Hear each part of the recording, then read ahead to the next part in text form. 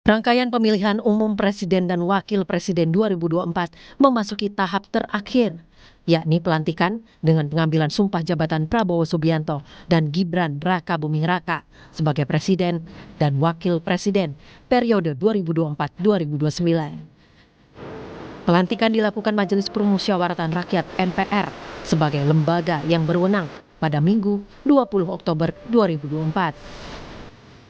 Ruang rapat paripurna pun sudah didekorasi.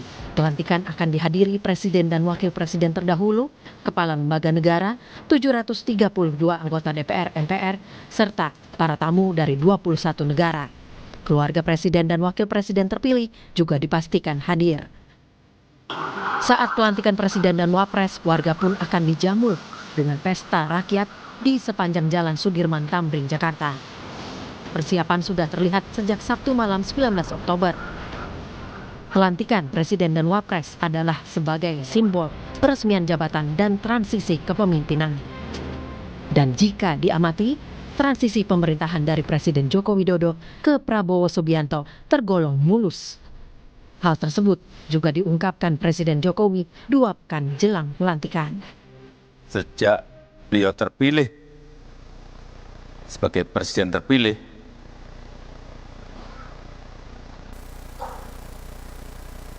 persiapan menuju ke pelantikan itu betul-betul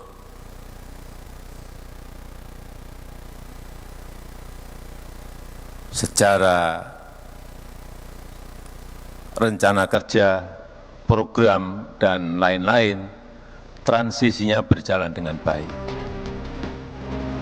Di kancah internasional pun, Presiden Jokowi sudah mengenalkan Prabowo Subianto sebagai Presiden RI selanjutnya saat menjabat sebagai Menteri Pertahanan RI. Dalam menyiapkan transisi pemerintahan yang mulus, Prabowo memastikan para calon anggota kabinetnya untuk bekerja maksimal melalui arahan dan pembekalan di Retret Hambalang, Bogor, Jawa Barat pada 16 dan 17 Oktober 2024.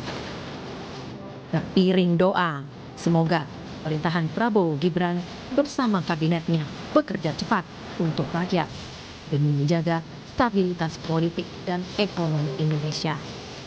Tim Liputan Kompas TV.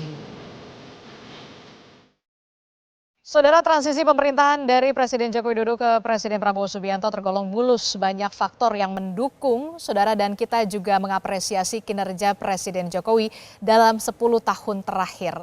Setelah pelantikan Presiden dan Wakil Presiden terpilih, sektor apa saja yang kira-kira akan langsung digeber oleh Presiden Prabowo Subianto? Kami akan membahasnya dengan Direktur Sekolah Kajian Strategik dan Global Universitas Indonesia. Sudah ada Pak Ator Subroto. Selamat pagi, Pak Ator. Selamat pagi, Mbak Disti. Ya, Pak Ator, ini kan tinggal beberapa jam lagi ya, kurang dari 3 jam lagi kita akan punya Presiden dan juga Wakil Presiden baru begitu ya, Prabowo Subianto dan juga Gibran Rakabuming Raka. Presiden Joko Widodo mengatakan ini merupakan bisa dikatakan transisi paling mulus, berjalan mulus. Apakah ini artinya Prabowo Subianto ini tidak perlu waktu lama kemudian untuk menyesuaikan ke sistem pemerintahan dari Jokowi ke Prabowo? Ya, saya kira luar biasa ya Pak Presiden Jokowi saat ini telah mempersiapkan dan merencanakan presiden terpilih ini jauh-jauh hari, dan kemudian persiapan juga dilakukan, ada tim transisi dan lain sebagainya. Saya kira memang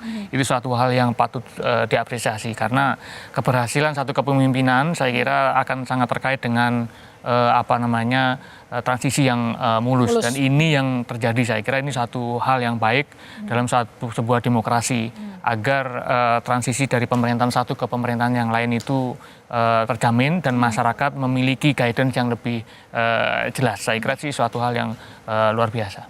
Kita patut mengapresiasi karena transisi pemerintahan sebelumnya ke pemerintahan saat ini sebentar lagi, tinggal beberapa jam lagi, ini bisa dikatakan berjalan mulus. Tapi sebenarnya apa faktor yang bisa menentukan transisi pemerintahan ini berjalan dengan mulus? Jadi saya kira termasuk salah satunya ya keberlanjutan yang disampaikan oleh Pak Jokowi dengan membuat presiden terpilih menjadi kabinetnya dulu. Itu satu hal yang menurut saya juga merupakan satu rencana ya. Kemudian apakah keberlanjutan seperti apa, maka akan terus dorong oleh Jokowi ini. Dan saya kira memang transisi yang mulus akan menjamin pemerintahan Jokowi yang saya kira sudah berkembang sangat pesat ya terkait dengan pertumbuhan ekonomi yang stabil di atas sekitar 5%. Kita lihat bahwa pertumbuhan ekonomi kita dibanding negara lain cukup baik ketika menghadapi pandemi dan lain sebagainya. Itu suatu hal yang luar biasa. Nah, ini kan perlu diteruskan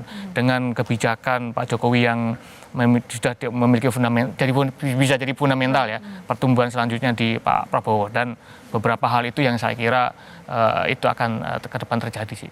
Oke.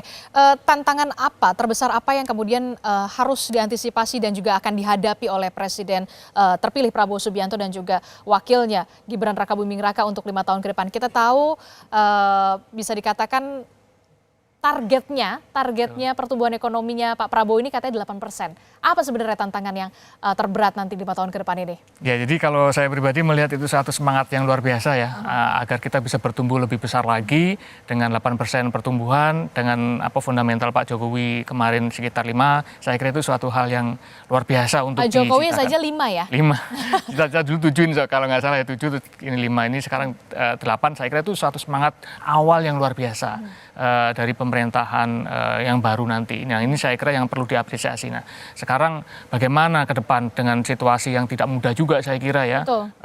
Geopolitik, geostrategi, geoekonomi dunia yang sekarang seperti ini itu menjadi sangat menantang sekali. Nah, oleh karena itu kita jadi memahami ketika Pak Presiden terpilih merencanakan kabinet yang lebih terperinci ya, dengan jumlah kabinet yang lebih besar, karena dengan begitu harapannya sebenarnya kan agar mereka bisa bekerja lebih khusus, lebih berkonsentrasi, lebih spesifik. Jadinya servis yang dia tawarkan kepada masyarakat itu akan lebih cepat lagi. Nah, tetapi di lain sisi juga itu bisa menjadi bumerang kalau tidak terkoordinasikan dengan baik ya. Walaupun sudah ada menteri koordinator yang rencananya lebih baik ya, lebih banyak.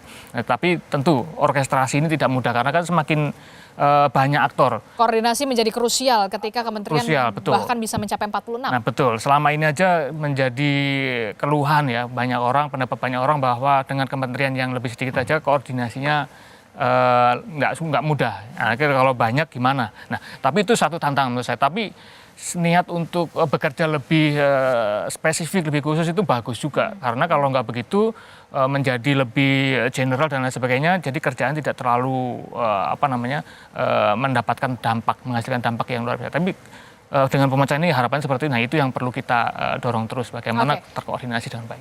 Oke, karena tadi Anda juga sempat menyinggung soal bagaimana kementerian yang dipecah hampir 46 biar lebih fokus lah ibaratnya ya begitu ya.